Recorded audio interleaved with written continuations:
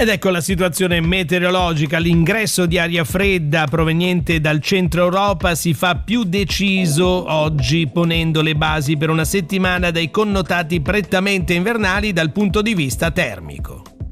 Cielo parzialmente nuvoloso con velature estese quasi su tutta la nostra regione, anche durante il pomeriggio. Venti moderati o forti dai quadranti settentrionali sui versanti marittimi di Genovese e Savonese, deboli al più moderati ma sempre da nord sui restanti settori. Ne consegue mare stirato sotto costa, molto mosso agitato al largo, specialmente sui settori occidentali del Mar Ligure. Temperature in ulteriore calo, le massime sulla costa non andranno oltre i 10 gradi.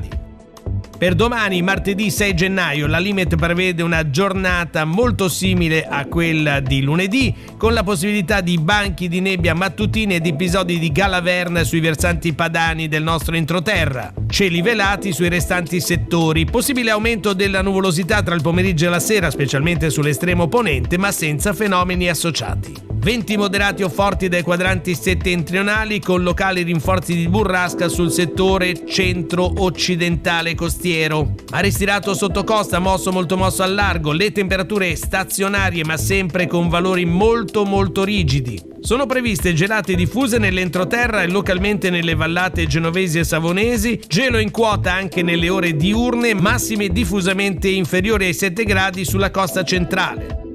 Terminiamo con un cenno alla previsione per mercoledì 7 gennaio, nuvolosità in transito sugli estremi della Liguria tra la nottata e la prima mattina, con possibili episodi di nevischio sulle creste appenniniche del Levante, miglioramento delle condizioni meteo nel pomeriggio, cieli sereni o poco nuvolosi su tutta la Liguria, vento forte da nord e temperature stazionarie o in ulteriore calo.